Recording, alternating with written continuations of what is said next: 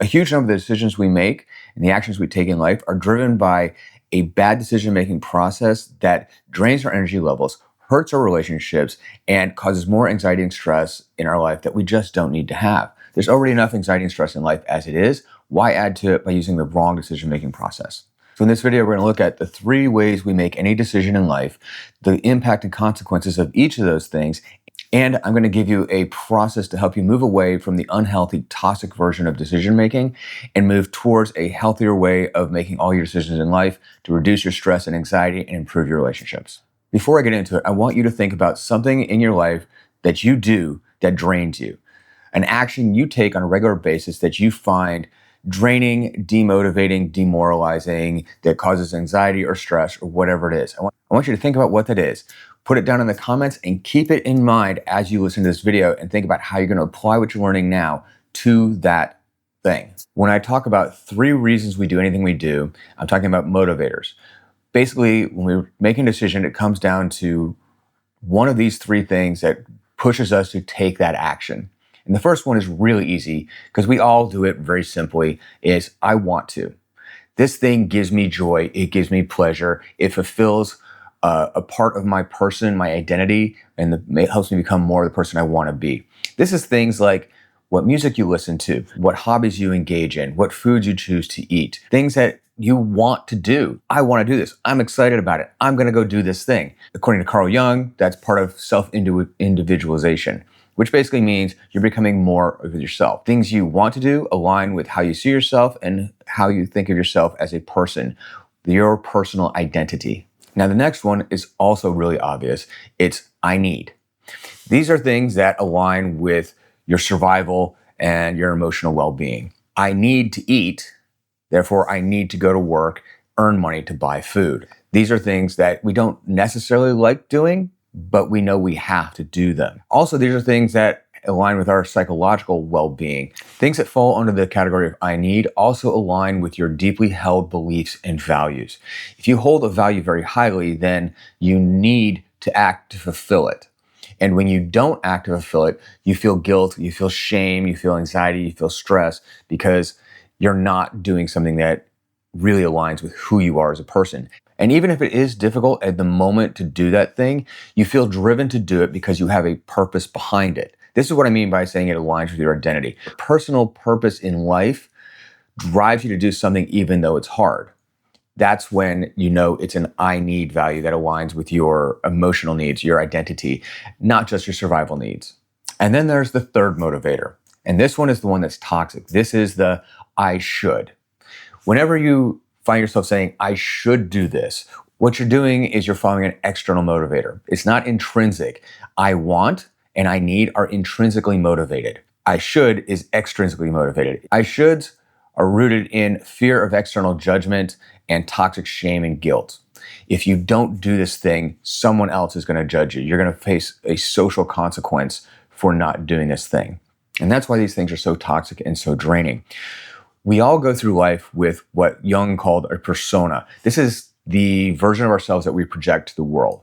And sometimes when we do I should things, we're doing them to align our persona with someone else's expectations.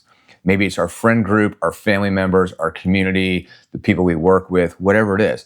But we're damping down a genuine, authentic part of ourselves in order to prop up this persona.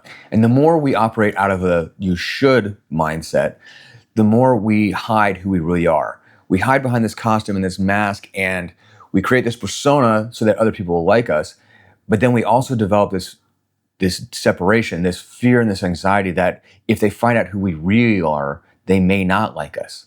To be honest, if you hide a lot of who you are, that may in fact be the case. You may have gotten to a point where you've surrounded yourself with so many people who like you for the wrong reasons that they won't like you for who you are. So that anxiety can be real, but you're never going to have truly fulfilling and healthy relationships if you only hide behind a mask. You need to begin to align your choices with what you need and what you want and less of what you should do. If you're liking this video, please like and subscribe. It helps me out a whole lot. Now back to it. All of these models share one thing in common, and that is the consequences of those actions. Every choice we make every action we take has a consequence, and that consequence is sometimes negative. The negative consequences I break down into two categories. And I love this category because it's actually something I am borrowing from the kink community because they really understand this well. So I'm going to use a very slightly kinky example to explain this, and then we're going to move it into the real world. So here's what it is. The difference between harm and hurt. Now, in a kinky situation, let's say you get spanked. Spanking causes pain, but it's not harm. So it's a little bit of discomfort, but at the same time, it's part of an overall thing that you find enjoyable.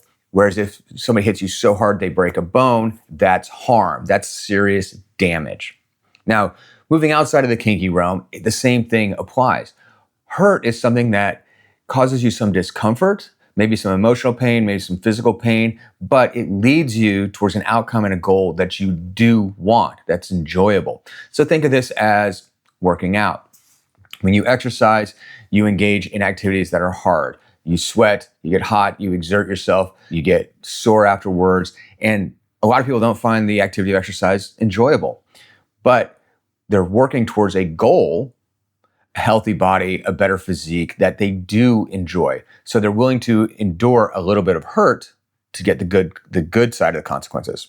The same thing applies emotionally. Sometimes we have to endure a little bit of hurt, somebody telling us the truth about the way we behaved and how it made them feel, or breaking up with somebody because the relationship isn't working. These are hurt. These are things that cause hurt and pain, but they are intended to ultimately move us towards a better way of being, a better version of our life, and a better version of ourselves. We are willing to endure that hurt to get to the positive consequences. Harm, on the other hand, causes real damage. This could be engaging in high-risk activities like drinking and drug use in order to mitigate social discomfort or hide from our pain instead of getting therapy, which would be hurt, but ultimately move us towards what we want. Let me clarify here really quick what I'm talking about. When I'm talking about drinking and drug use to mitigate your pain, I'm talking about the behavior that a lot of introverts indulge in when they force themselves into social situations that they just don't have the energy for, and they get overstimulated. So having a few drinks or something like that helps to reduce that sense of overstimulation and make it more tolerable. That is a coping mechanism, and I see introverts do it a lot in social situations when they're in that situation because they're following the I should idea, and they feel like they should be more social. They feel like they are supposed to be out with more people when in fact they would rather, maybe their social battery is drained, or they'd rather be in a one-on-one situation or a less stimulating environment. And that's what I'm talking about in this case. If you have a substance abuse problem, I encourage you to seek help. There's a number on the screen right now that you can contact to get some assistance with that and begin down that path to healing. And there's a link down in the description down below that you can go to. If you really do have an issue with these kinds of things, please get help, make your life better. We all want you to be better, okay? Now back to the rest of the video. Or it could be staying in a toxic work environments, all kinds of things that fall into the category of harm. If they hurt us long-term and cause lasting damage, both physically and emotionally, those things are harmful. And even though it's the shoulds that lead to harm, a lot of times we lie to ourselves and say, I want to do this thing or I need to do this thing, even though falls really more into the category of should. And this is a lot of emotional masking. Empaths and intuitives in particular seem to have a lot of problem with this because they place a lot of value on social cohesion. For example, people-pleasing behavior. You might tell yourself, I need to do this because otherwise you're going to be mad at me. When in fact, what you're saying is, I should do this because they want me to. Now, if you're an introvert like me, a lot of times we have a hard time setting boundaries because we use our should decision-making process as part of our people-pleasing, and we don't set firm boundaries. Now, I wrote an ebook specifically for introverts about how to set better boundaries. The link is down in the description below. You can click that link and get your own free copy right now. Now, back to the video. This is where true self-awareness becomes really critical because you have to be able to look at what you're doing and honestly say, am I doing this because I truly want or need to? When it's because of what someone else wants or expects, it becomes a should. If it doesn't align with your personal values, if it causes you severe anxiety or stress, then it is a should and not a want or a need. If it's a little uncomfortable, but ultimately you're satisfied with doing it and you're happy with the long-term results of doing it and you don't feel a constant dread of doing it, then it is actually a want or a need. But if you tell yourself, I need to do this, but you're constantly filled with dread about doing it, that is a should.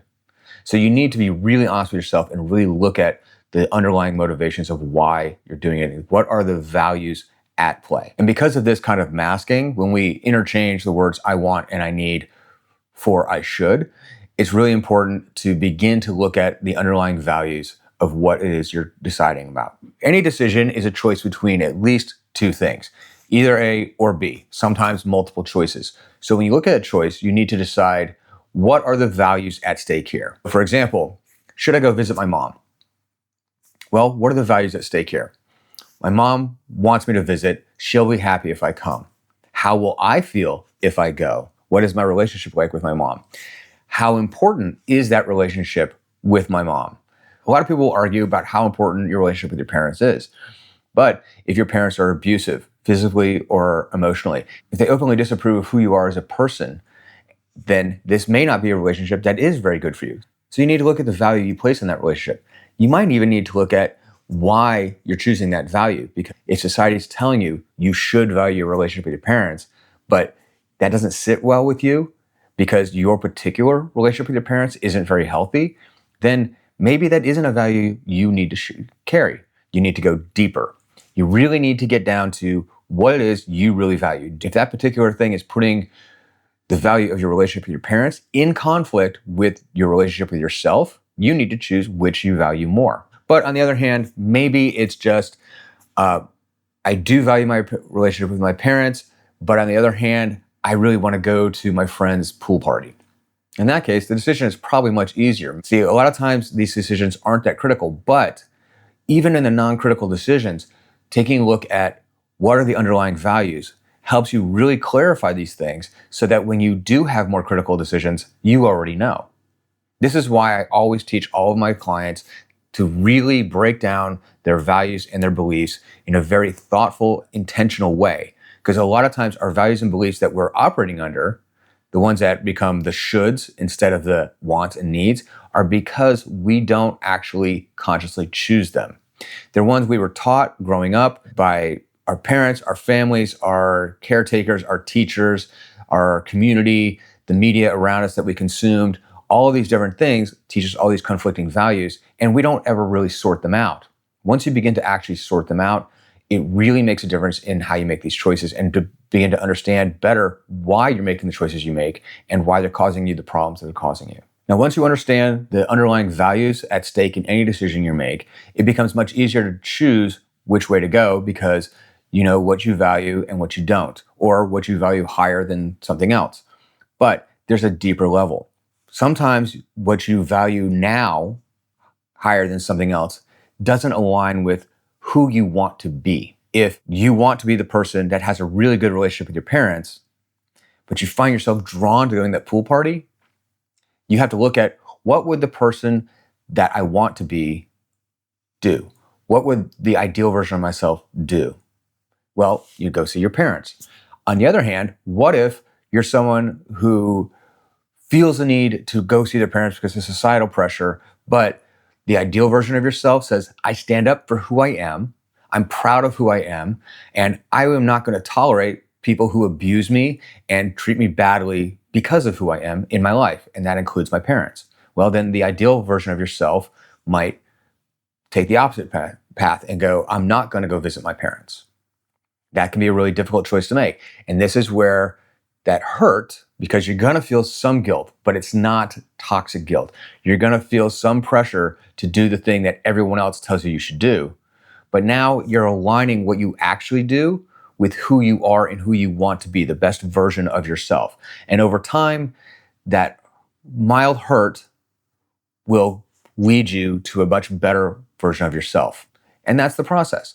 First, uncover the underlying values at stake in any decision you're making and really dig down till you get to the core values. Then decide which value is higher. And finally, make your decision based on which choice aligns with your best version of yourself, the person you want to be, the way you want to present yourself to the world, as opposed to the way you may currently be presenting yourself to the world. And if you continue this process over time, the person you become will be the person you want to be.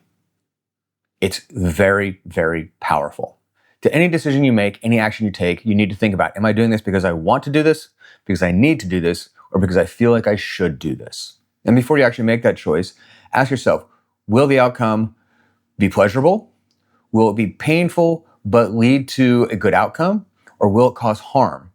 And after you made the choice, look back and evaluate. Was it pleasurable? Or did it lead to a good outcome? Or was it somewhat painful and uncomfortable, but ultimately led to a good outcome? Or did it cause you harm? Because sometimes we decide wrong. Sometimes we make the wrong choice and we need to go back and look and say, okay, what did I do here? Why did I not make the good choice? And go back through the value assessment and your version of your ideal self and look and say, okay, be honest with yourself. I didn't make the best choice. You have to be honest with yourself. Now I want you to go back and think about that draining activity I told you to think about earlier. Apply this process to that activity. Why are you making that choice? Is it because you want to? If it's draining, probably not. Is it because you need to?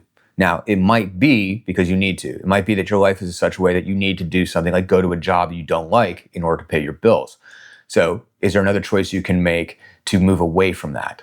Or is it because it's something you feel like you should do because there's social and emotional pressure pushing you to do that thing that you really doesn't align with who you are as a person?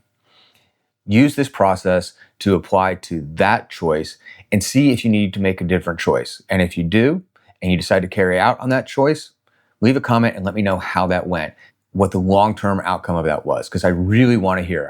I believe this is a super powerful process, and the more people engage in it, the better their lives are going to be. And I mentioned this before, but I'm going to point it out again. If you are deeply invested in a lot of shoulds that do not align with your identity, making choices that better align with who you are as a person, that align with the want and need side of things, may cause some short-term hurt. They may impact your relationships, and you may find out that a lot of people in your life don't actually appreciate you for who you are. And those people will go away. This is a short-term hurt. Because what will happen is as you become more aligned with who you are as a person and more authentic in yourself by the actions you choose, those actions will allow other people who align with who you are better to see you for who you truly are and to get to know you and like you for that person. Sometimes this process is painful, but ultimately it's not harmful. Now, if you found this video helpful and useful, I really encourage you to join the channel as a member. There's a join button down below this video. That helps me produce more videos like this, and it gives you direct access to me, including monthly group coaching sessions for my top tier members. And I can answer questions for you about this video or some others and give you personalized advice to what it is that you're working on. If you're ready to get serious about really making some fundamental changes in your life and becoming the best version of yourself, you can apply for one-on-one coaching with me. There's a link down below. Click the link, book a free one-on-one consultation with me, and we can see if coaching is a good fit for you. So click the link below, book your session, and I'll see you there. Now, up on the screen right now is a video about boundary setting for introverts. It goes hand in hand with this kind of decision-making process because introverts have a lot of shoulds around why they fail to set boundaries. So go check that out right now.